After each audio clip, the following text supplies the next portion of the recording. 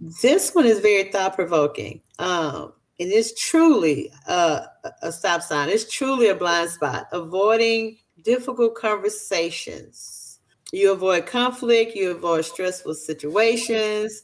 You don't raise concern or issues about other people's behaviors when they treat you, when they've done something wrong to you, or they treat you wrongly, or they behave a certain way towards you, or they've done something wrong to you. You don't raise concern. You let it. You're really complacent. You let them go. You let that go, and then let that go, and then let that go. You avoid talking about negative situations or having those hard conversations.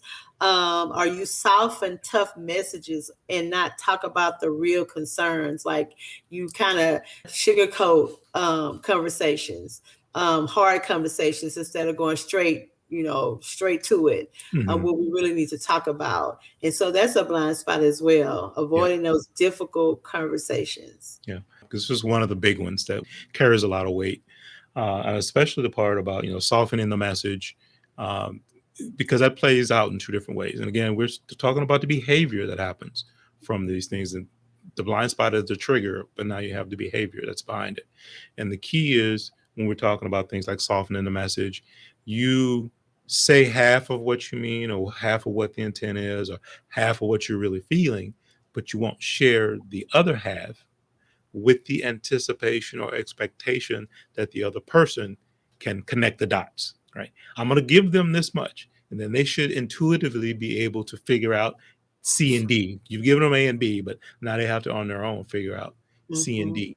And when that doesn't happen, then what dynamic does that bring into the relationship, right? Right. And that drama and miscommunication and trust, and then you start having all of these moments where there's this resentment that's happening, and just all kinds of things are going on, right?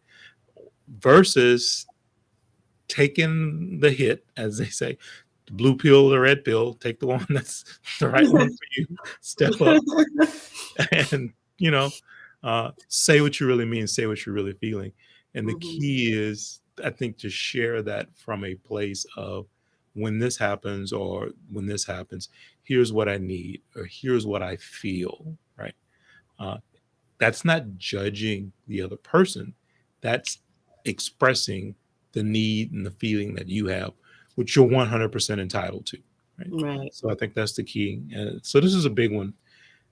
Long term, the seething things that can start to happen behind the scenes, and it's boiling and boiling and boiling, and then at some point, and then you're like, wow, how did we get here? It's Yeah. like, well, we Yeah. talked about it 20 times, kind of. You Right. kind of talk about it. Right. And that's why communication is key. And I know that's cliche, but it's true. And a lot of, and just with me talking to women, and just in my group, my group of friends, or my circle of friends, a lot of people avoid difficult conversations because they don't know how the other person will respond, or they do know how the other person will respond. And they're trying to avoid some of those conversations where that person is going to explode, or they're going to take it the wrong way. And so intentional communication then comes into play. So then there's no assumption. I'm telling you exactly, when you do this, this is how I feel. When this happens, this is how I feel. When you say this, this is how it makes me feel. So there's no assumption. There's no gray area. There's no connecting dots. You just have those hard conversations, like you say. Pick the pill. Take the hit, because at that point you have laid it all out there, and so then it's no longer your responsibility. You've already covered your responsibility. Now you put in the hands of the other person that you're communicating with. And so a lot of people have the fear of how that other person, or that business partner, or that relationship, or that family member, how they're going to respond. And so they want to avoid that, because so it's already a conflict. So then if I say something, that's going to be a bigger conflict because I said something. And that's when you start to try to think about what kind of communication you have in that relationship, because that's going to be important. If you're not free to to discuss or to say how what something makes you feel, then that's something you need to think about in terms of that relationship. Absolutely. So let me ask a question in that situation specifically. We do get caught up in that, not wanting to experience the backlash or their reactions to whatever might go on, negatively or positively. Sometimes it really depends. The Hmm. key, though, and my question is this: what actual control do you have over how they respond or how they react?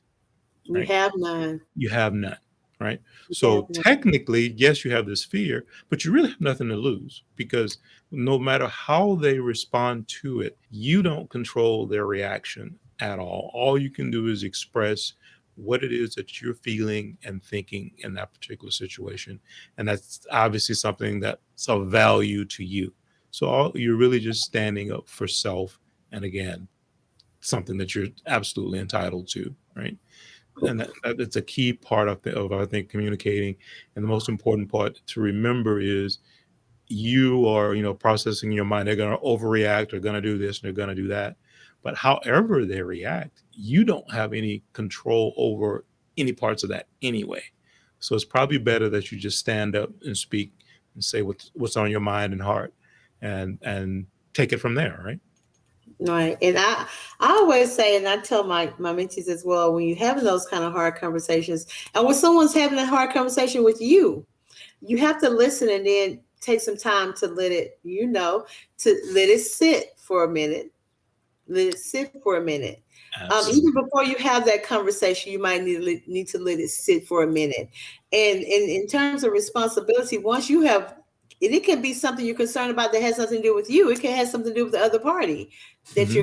you may have some concern about the other party that you want to, discuss. And so let it sit for a minute and ask them to let it sit for a minute. Once I talk to you about this, can we just let it sit for a minute Hmm. before you respond?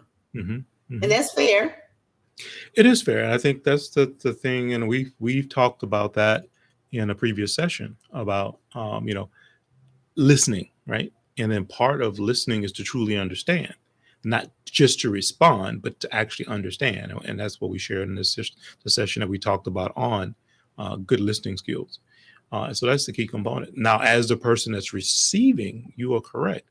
It's okay not to necessarily respond or feel pressured to respond in that moment. If you need to really take it in, digest it, and go, you know what, can I get a minute? Or, you know, and might that upset the other person because they're not getting the immediate feedback that they think they want or deserve? It could, but it's better to do that, I think, than Hmm. to respond in a way that's truly not what you think or feel because you haven't had a chance to actually process your way through it. So asking, give me some time, or can I get back to you tomorrow, or whatever it might be. If you need that time to think, ask for that time to think, because I think that's the respectful thing to do from both sides.